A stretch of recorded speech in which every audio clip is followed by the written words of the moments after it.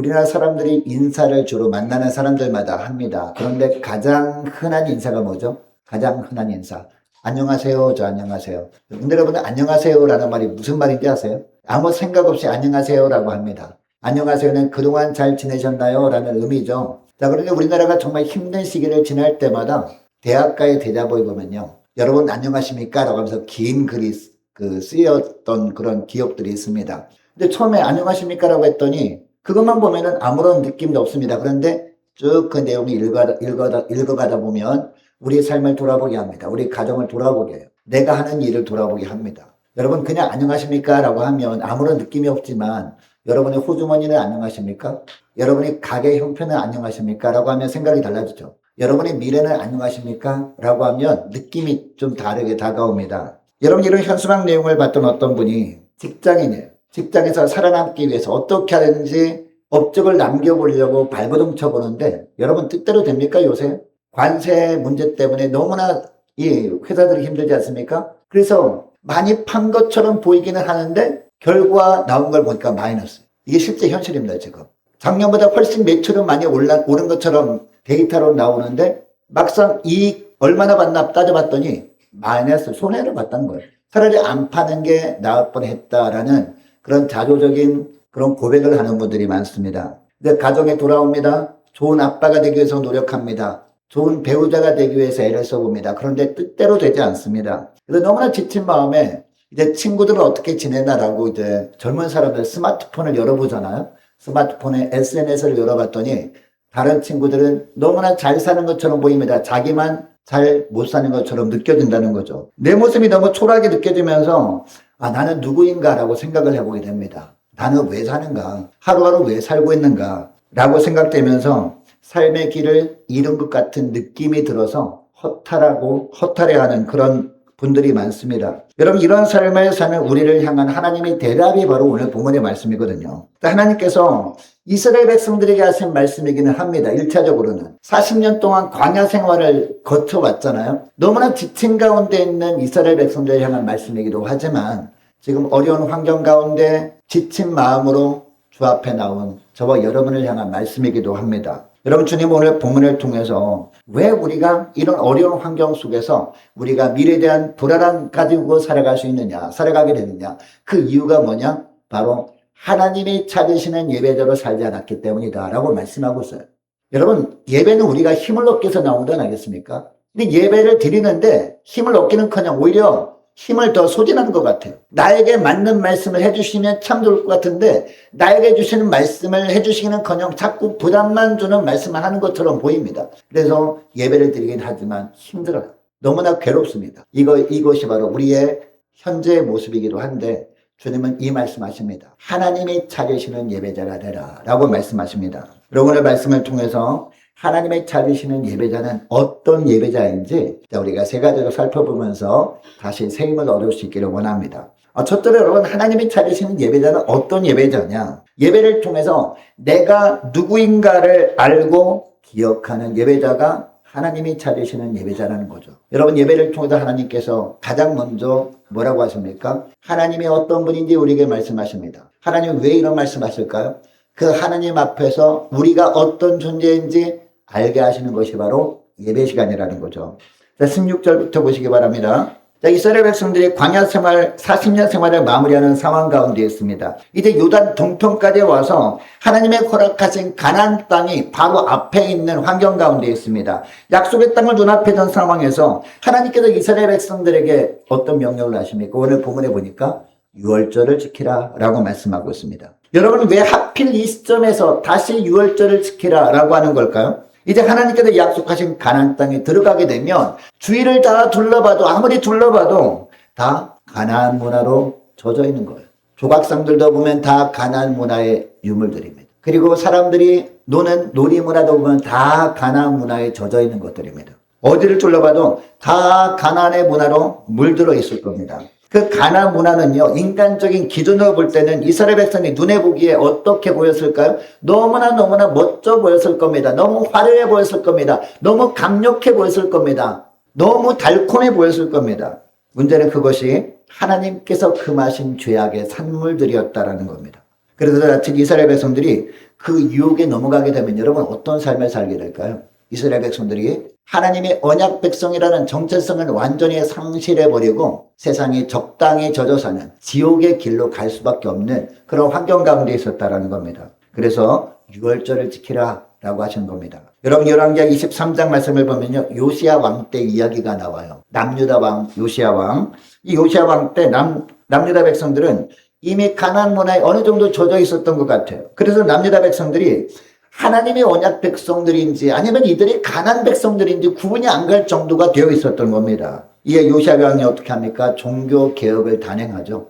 종교 개혁을 단행하면서 제일 먼저 한 일이 뭐였을까요? 바로 유월절 지키는 것을 회복하는 일이었습니다. 당시 유월절은 하나님의 백성들과 하나님을 믿지 않는 백성들을 구분하는 기준이었습니다. 왜냐하면 첫 유월절 때를 기억해보면 우리가 알 수 있어요. 여러분 첫 유월절은 어디서 있었습니까? 애굽에서 있었잖아요. 이 애굽이 멸망할 때 맨 마지막 10가지 재앙이 있지 않습니까? 마지막 재앙이 뭐예요? 장자 재앙이잖아요. 어느 날 밤에 죽음의 사자가 지나가면 모든 집의 장자, 초태생들이 싹 다 죽임을 당하는 그런 재앙이었잖아요. 그 당시에 장자들 죽는 것은 가정이 망했다라는 의미거든요. 심지어는 여러분 바로 왕궁의 장자도 죽었다니까요. 이걸 보면서 바로 왕은 어떤 생각을 했을까요? 아, 애굽이 망했구나라고 생각이 되어서 이스라엘 백성들을 내보낼 수밖에 없었다고요. 자, 그런데 이때 각 집에 좌우 임방과 문설주에 어린 양의 피를 바르라 라고 하는 명령을 누구한테만 했어요? 고센 땅에 있는 이스라엘 백성들에게만 했다라는 거죠. 이 명령이 내려져 있을 때 여러분 이스라엘 백성은 어떻게 했습니까? 그 말씀에 순종하죠. 아, 이렇게 순종한다고 해도 설마 이것 때문에 죽음의 사자가 지나가겠어? 의심하지 않고 어떻게 합니까? 그대로 순종합니다. 문설주와 좌우 임방에 어린 양을 잡아서 그 피를 바릅니다. 이제 죽음의 사자가 지나가게 되었습니다. 지나갈 때 하나님의 말씀대로 되었잖아요. 죽음의 사자가 지나가는데 무엇을 봅니까? 어린 양의 피가 발라진 집, 이 발라졌느냐 발라지지 않느냐 이것만 본 거죠. 어린 양의 피를 본 죽음의 사자는 그 집은 다 지나갔어요. 그 집에는 아무런 일도 벌어지지 않아요. 그러나 다른 집들은 어떻게 했어요? 싹 다 장자들이 죽은 그런 일들이 있었다는 거죠. 그러니까 여러분 6월 죽음의 사자가 지나갔다라는 게 바로 6월이거든요. 패스 오버거든요. 자, 그러니까 6월절을 지키는 것이 하나님의 언약 백성들과 하나님을 믿지 않는 사람들이 구분하는 기준이었다고요. 그래서 6월절을 지키라라고 한 겁니다. 왜냐하면 이것이 회복의 첫걸음이었기 때문입니다. 여러분 오늘 사는 우리 현실도 다르지 않습니다. 우리가 월요일부터 토요일까지 세상 속에서 세상 가치관이 물든 환경 속에서 살다 보면 어느덧 나도 모르는 사이에 세상적인 기준을 가지고 우리를 평가하고 있는 모습을 우리가 발견할 수 있지 않습니까? 세상적인 성공이 진짜 축복처럼 우리가 착각하며 지내다가 우리가 주 앞에 온다는 거죠. 자, 그리고 삶 가운데 제일이 우리 청년들이나 우리 장년들은요, 아, 그래도 스펙이 제일이지 뭐 라고 하면서 스펙을 열심히 쌓다고 왔잖아요. 또 다른 분들은 아이, 뭐니 해도 돈이 제일이지 라고 하면서 그런 생각을 가지고 이 자리에 오지 않았습니까? 이런 삶을 살고 있던 우리를 다시 하나님 앞에 불러 세우는 것이 바로 예배이고 예배의 자리가 바로 유월절 예식이라는 것을 믿으시기 바랍니다. 여러분 그러니까 저와 여러분에게 예배란 어떤 겁니까? 예배라고 하는 것은요, 나는 세상 죄를 지고 가는 하나님의 어린 양 예수 그리스도의 피로 값주고 사신 하나님의 자녀다. 이 사실을 다시 저와 여러분의 심령의 문설주에 새기는 시간이 바로 예배 시간인 줄 믿으시기 바랍니다. 자, 그러니까 오늘 주님께서 우리에게 주시는 말씀은 어떻게 보면 바로 어린 양의 피라고 할 수 있어요. 그래서 말씀을 우리 심령 가운데 새기는 것은 어린 양의 피, 예수님의 피를 다시 우리 심령의 문설주에 새기는 그런 행동이라는 거죠. 자, 그런 어떻게 보면 예배는 우리가 유월절 예배를 드리는 거구나라는 것을 알게 됩니다. 여러분 그러므로 예배당문을 들어서는 순간부터 의도적으로 나는 세상에 속한 세상 가치관으로 사는 사람이 아니라 예수님의 피로 구원받아 하나님께 속한 하나님의 자녀이다 라고 고백하며 여러분 예배를 드릴 수 있는 여러분 되시길 원합니다. 이 고백이 앞으로 살아갈 한 주간 저와 여러분의 삶의 물줄기를 바꿔놓는 겁니다. 자, 둘째로 내 모든 것의 주인은 오직 하나님이심을 고백하며 드리는 예배가 하나님이 받으시는 예배다라는 겁니다. 그래서 오늘 본문에 보니까 28절을 보니까요, 하나님께서 이번에는 뭘 드리라? 77절을 드리라 라고 말씀하고 있는 겁니다. 여러분 77절이 어떤 절기였을까요? 농사의 첫 수확물을 하나님께 드리는 절기가 바로 7.7절이었습니다. 그러니까 얼핏 생각하면 농사를 지을 수 있는 환경, 즉 가나안 땅에 정착한 이후에 7.7절을 드리라 해야 맞을 것처럼 보이지 않습니까? 왜냐하면 농사를 짓고 첫 수확물을 드리는 절기가 7.7절이니까 농사를 지을 수 있는 환경에서 이런 명령이 내려져야 순종할 것 아니겠습니까? 여러분, 그런데 현재 어떤 상황이에요? 광야 생활 끝 무렵이었습니다. 농사를 지을 땅이 전혀 없는 그런 상황 아니었습니까? 이처럼 하나님은요, 농사 지을 땅도 없어서 농사를 지을 수도 없는 환경인데 하나님께 첫 수확을 드리는 7.7절을 드리라 라고 하고 있어요. 여러분, 왜 이런 명령을 하신 걸까요? 농사를 지을 수도 없는 환경인데, 그리고 그래서 첫 수확을 거둘 수도 없는 상황인데 왜 7.7절을 드리라 라고 한 걸까요? 7.7절을 지키는 것은 단순한 절기 규정을 지키는 차원을 넘어서는 것이었기 때문입니다. 하나님 앞에서 믿음으로 선포하는 그런 것이었기 때문입니다. 그리고 7.7절 지킴으로 말미암아, 물론 육신으로 볼 때는, 육신 눈으로 볼 때는 아직 가나안 땅을 정복하기 전이었어요. 가나안 땅이 이스라엘 백성들에게 주어지기 전이었습니다. 그러나 믿음의 눈을 떠서 그 땅이 바로 앞에, 우리 눈앞에 있어서 앞으로 나가서 치열하게 싸워서 그 땅을 차지해야 될 땅이지만 믿음의 눈을 떠서 그 땅은 이미 하나님의 우리에게 주신 땅이다 라고 선포하는 차원이 바로 7.7절을 지키라 라는 의미였다라는 겁니다. 여러분, 역대하 30장에 보면 히스기야 왕 때 이야기가 나오는데요. 남유다 백성들은 겉으로는 하나님을 섬기는 것처럼 보였습니다. 그런데 보니까요, 히스기야 왕이 가만히 수소문해 보니까 백성들이 몰래 뭐 했을까요? 몰래 왕의 눈을 피해서 우상 숭배를 하고 있었던 거예요. 바알과 아사랴를 숭배하고 있었던 겁니다. 이것을 히스기야 왕이 알게 되었습니다. 여러분, 이때 히스기야 왕은요, 하나님의 언약 백성이라고 주장하는 백성들이 왜 이렇게 영적으로 타락했는가라는 것을 알게 되었어요. 기도하는 가운데 백성들이 하나님을 자신이 진짜 삶의 주인으로 인정하지 않기 때문에 자기들이 눈에 좋아 보이는 대로 몰래 우상 숭배를 하고 있었구나라는 것을 알게 되었습니다. 여러분, 오늘도 마찬가지거든요. 여러분, 하나님을 온전히 섬기지 못하는 이유가 뭘까요? 왜 우리가 교회에서는 믿음으로 사는 것처럼 생각되어지는데 밖에 나가서는 세상 사람들인지 아니면 교회 다니는 사람인지 구분이 안 갈 정도로 살게 되는 걸까요? 내 삶의 진정한 주인이 하나님이시라는 것을 분명히 알지 않기 때문에, 인정하지 않기 때문이라는 겁니다. 여러분, 그래서 히스기야 왕이 어떻게 하죠? 먼저 6월절을 지키게 한 다음에 6월절만 지키게 하는 것이 아니라 바로 이어서 7.7절을 지키게 합니다. 자, 그러니까 내 삶의 주권을 하나님께 온전히 돌려드리는 것, 이것이 진정한 회복의 핵심이라는 것을 히스기야 왕이 알고 7.7절을 지키라라고 했던 겁니다. 여러분, 오늘날 저와 여러분에게 주님께서 7.7절 예배를 드리기를 원하셔서 오늘 예배가 바로 7.7절 예배이기도 하거든요. 여러분, 예배를 드릴 때마다 여러분, 주님께 드려야 되는 것이 뭡니까? 첫 것을 우리가 드려야 돼요. 첫 수확물을 드렸던 것처럼 여러분에게 첫 것은 무엇입니까? 첫 것은 소득의 11조 첫 것입니다. 그리고 하루의 첫 번째 시간, 이것도 첫 것입니다. 그리고 한 주간의 첫 번째 날도 첫 것입니다. 그래서 우리가 주일 예배를 드리는 거거든요. 여러분, 달력에 보면 맨 앞에 주일이 먼저 나오고 월화수목금토 이렇게 나오지 않습니까? 주일날 첫 것을 하나님께 드리고 난 다음에 나머지 것들, 그 날들을 우리가 살아가게 되는 거거든요. 여러분, 이것을 하나님께 드린다는 것, 이것은 어떤 의미일까요? 우리가 11조를 드리는 것, 단순히 돈을 드리는 차원이 아니거든요.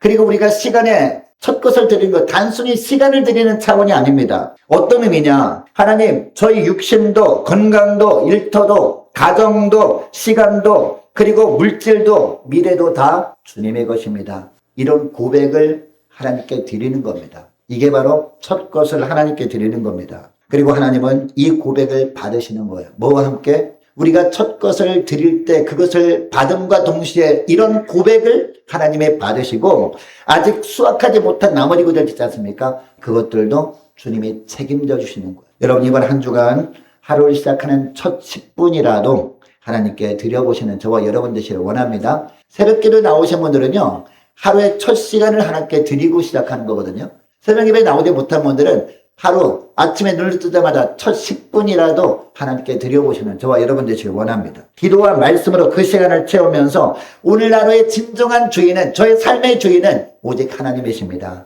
이런 고백을 하며 하루를 시작해 보시는 저와 여러분 되시길 원합니다. 하루의 첫 것을 드리는 사람에게 하나님은 이전과는 전혀 다른 축복을 그날 새롭게 부어주시는 줄 믿으시기 바랍니다. 자, 그리고 셋째로 아직 이루어지지 않는 것에 대해서 미리 감사하면서 예배드리는 그 예배자가 하나님이 받으시는 예배자다라는 겁니다. 여러분들 이제 본문을 보시기 바랍니다. 여러분, 하나님의 77절 지키라고 말씀을 하신 시점을 다시 한번 생각해 보길 원하는데요. 가난에 들어가기도 전에 농사를 지을 수도 없는 환경에서 수확에 대한 감사를 하나님께 드리는 절기가 바로 77절 아니었겠습니까? 여러분, 이것은 당시 이스라엘 백성들에게 굉장히 도전적인 신앙을 요구하는 것이었거든요. 당시 요단 동편에서 77절을 지키라라고 하신 명령을 받은 이스라엘 백성들 중에서 여러분 생각해 보시기 바랍니다. 가나안 땅에서 농사를 지었던 경험이 있는 사람이 한 사람이라도 있었을까요? 단 한 사람도 당연히 없었겠죠. 가나안 땅에 살아본 사람이 없었으니까 아마 처음 보는 광경이었을 겁니다. 그런데 아직 눈에 보이지 않는 것을 이미 받은 것처럼 믿음으로 고백하며 감사하는 겁니다. 이것이 바로 예배자의 마음이고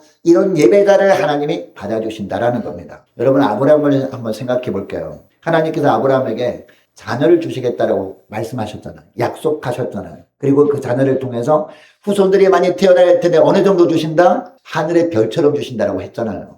그런데 여러분, 이 약속을 받았을 때 아브라함이 어떤 형편이었어요? 젊을 때였습니까? 갓 결혼한 신혼에게 이런 말씀을 하시면 누구나 다 의심하지 않죠. 근데 그 당시 아브라함은 나이가 몇이었어요? 결혼한 지 한참 지난 가운데 있었습니다. 갈대아 우르를 떠날 때만 해도 75세였으니까 더 나이가 많이 있었잖아요. 그런데 하나님께서 이 아브라함에게 이런 약속의 말씀하셨거든요. 그리고 아브라함의 부인 이 사례가 어떤 상황이었습니까? 나이가 많아서 경수까지 끊어진 환경 가운데 있었다고요. 과학적으로 보더라도 이 아브라함과 사라 사이에 아이가 태어난다는 것은 불가능한 상황이었다는 거죠. 자, 그러나 로마서 4장 17절 말씀 보니까 이런 말씀이 나옵니다. 아브라함은 없는 것을 있는 것으로 부르시는 하나님을 믿었다라고 합니다. 그러니까 당시 아브라함은요, 눈에 보이는 현실만 보면서 절망하고 낙담하는 대신 약속하신 하나님만을 바라보면서 가는 곳마다 단을 쌓은 거예요. 여러분, 아브라함이 가는 곳마다 단을 쌓은 것 아시죠? 단을 쌓았다는 것은 무슨 이야기입니까? 예배를 드렸다는 거거든요. 그것도 감사 예배를 드렸다는 겁니다. 가는 곳마다 단을 쌓으면서 하나님, 저희 가정에 아들을 주신다고 약속하신 하나님, 그 아들을 통해서 많은 민족이 태어나게 하시겠다. 많은 이제 큰 민족을 이루시겠다 약속하신 하나님. 지금 당장은 눈에 보이는 것은 불가능해 보이는 환경이지만 주님께서 약속하신 말씀이기 때문에 이루어진 것을 믿고 감사를 드립니다. 이런 예배를 드린 거예요. 이게 바로 아브라함이 가는 곳마다 단을 쌓았다라는 의미라는 겁니다. 여러분, 약속하신 대로 주님의 때가 되면 어떤 일이 생겼습니까? 주님의 때가 되니까 이삭이 태어납니다, 여러분. 그리고 주님의 때가 되니까 많은 별처럼, 하늘의 별처럼 많은 그런 후손들이 태어나서 한 민족이 이루어지게 되잖아요. 여러분, 우리 예배도 이래야 하지 않을까요? 아직 직장 문제가 해결되지 않는 가운데 있을 수 있습니다. 그리고 아직 가정 안에 갈등이 풀리지 않은 가운데 있을 수도 있습니다. 그리고 아직 건강이 회복되지 않은 가운데 있을 수도 있습니다. 육신이 조금만 더 건강해지면 건강한 몸으로 주의를 감당할 수 있을 텐데 너무나 힘들어요. 너무나 아파요. 여기저기 쑤시지 않는 곳이 없어요.